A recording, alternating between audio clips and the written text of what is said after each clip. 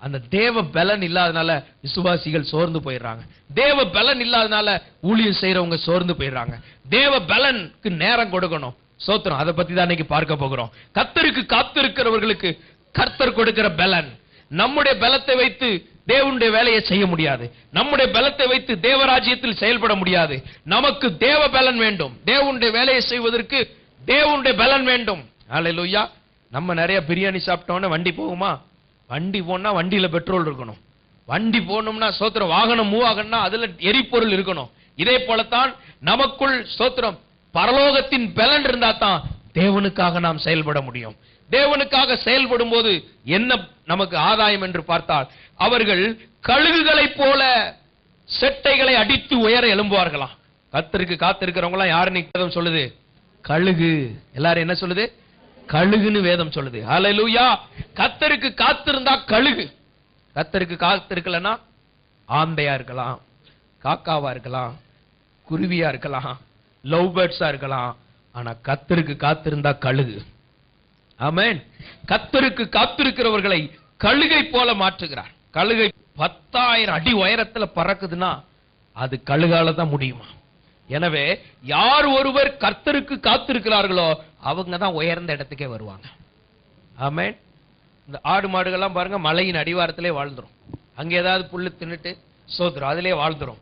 ஆனா கழுகை போல பலன் அடைய தேவ சமூகத்திலே நேரத்தை செலவிடுகிறவர்கள் கர்த்தர் உயர்ந்த இடத்திற்கு கர்த்தர் கொண்டு வருவார். ஆமென். இத கொண்டு வர்றது கர்த்தர்.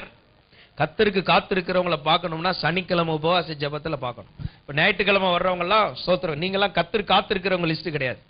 உங்களை நம்ம மேற்படையா பேசலாம், அதனால யாருக்கு என்ன லாபம்? உங்களை நான் ஏமாத்துறேன்னு அர்த்தம்.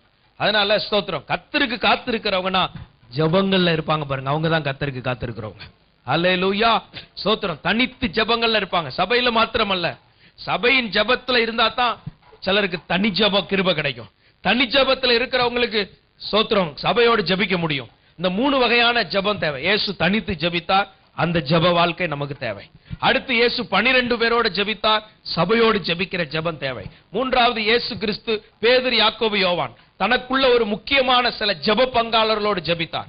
எனவே தேவ பிள்ளைகளாகி நமக்கு சபையோடு ஜெபிக்கிற ஜெபத்தில் வெற்றி பெற வேண்டும். அடுத்து சில முக்கியமான ஜெப ஆவி உள்ளவர்களோடு சேர்ந்து ஜெபிக்கணும். மூன்றாவது தனித்தும் ஜெபிக்கிறவர்களா இருக்க வேண்டும். இப்படி ஜெப பழக்கம் நமக்குள்ள இருந்தா தான் பலன் அடைகிறவர்களாய் மாறுவோம். ஹல்லேலூயா. இந்த பலன் அடைகிற பழக்கம் இல்லைன்னா நாம் சோர்ந்து போய்விடுவோம். தேவனுடைய சமூகத்திலே பலன் அடைய வேண்டும் என்றால் இந்த ஜெப ஆவி நமக்குள் இருக்க வேண்டும். கர்த்தருக்கு காத்திருக்கிறவர்கள் கழுகை போல மாறுவார்கள். ஆமென். இப்போ ஒரு சிட்டுக்குருவி இருக்குன்னு வைங்க, குருவி மாதிரி இருக்கிறவங்க ஜெபிக்க ஜெபிக்க யாரா மாறிடுறாங்க? கழுகா மாறிடுறாங்க. ஹல்லேலூயா. ஆந்த மாதிரி இருக்கிறவங்க ஜெபிக்க ஜெபிக்க எப்படி மாறிடுறாங்க? எல்லாம் குறையே தான் தெரியும். அப்போ ஜெபிக்க ஜெபிக்க கழுகா மாறிடுறாங்க. காக மாதிரி இருக்கிறவங்க ஜெபிக்க ஜெபிக்க எப்படி மாறிடுறாங்க? கழுகா மாறிடுவாங்க. லவ் பேர்ட்ஸ் மாதிரி இருக்கவங்க ஜெபிக்க ஜெபிக்க எப்படி மாறிடுவாங்க? லவ் பேர்ட்ஸ் மாதிரி இருக்குன்னா என்ன அர்த்தம் பாச? கொஞ்சம் விவரமா சொல்லுங்கன்னு நீங்க நினைக்கிற எனக்கு தெரியலன்னு நினைக்கீங்களா? சோத்திரம். பிள்ளைகளே, உலகத்திலும் உலகத்தில் உள்ளவைகளிலும் அன்பு கூறாதிருங்கள்.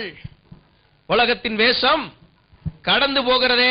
சோத்திரம். அந்த உலகத்துல உட்கார்ந்து சிலர் செல்போன்ல உட்கார்ந்து எப்ப பார்த்தாலும் அது ஒரு லவ் பேர்ட்ஸ். அடுத்து சிலர் பாத்தீங்கன்னா வீட்டுல உள்ள கம்ப்யூட்டர்லயே உட்கார்ந்து சோத்திரம், அது ஒரு வகையான லவ் பேர்ட்ஸ். ஊழியம் செஞ்சா பரவாயில்ல. அடுத்து சிலர் பாத்தீங்கன்னா எப்ப பார்த்தாலும் சோத்திரம் ஓவர பேர பிள்ளைகள்கிட்டே நேரத்தை செலவும், இது லவ் பேர்ட்ஸ். அடுத்து சிலர் பாத்தீங்கன்னா எப்பவும் அந்த வீட்டே உட்கார்ந்து அப்படி செடியிலே உட்கார்ந்துட்டு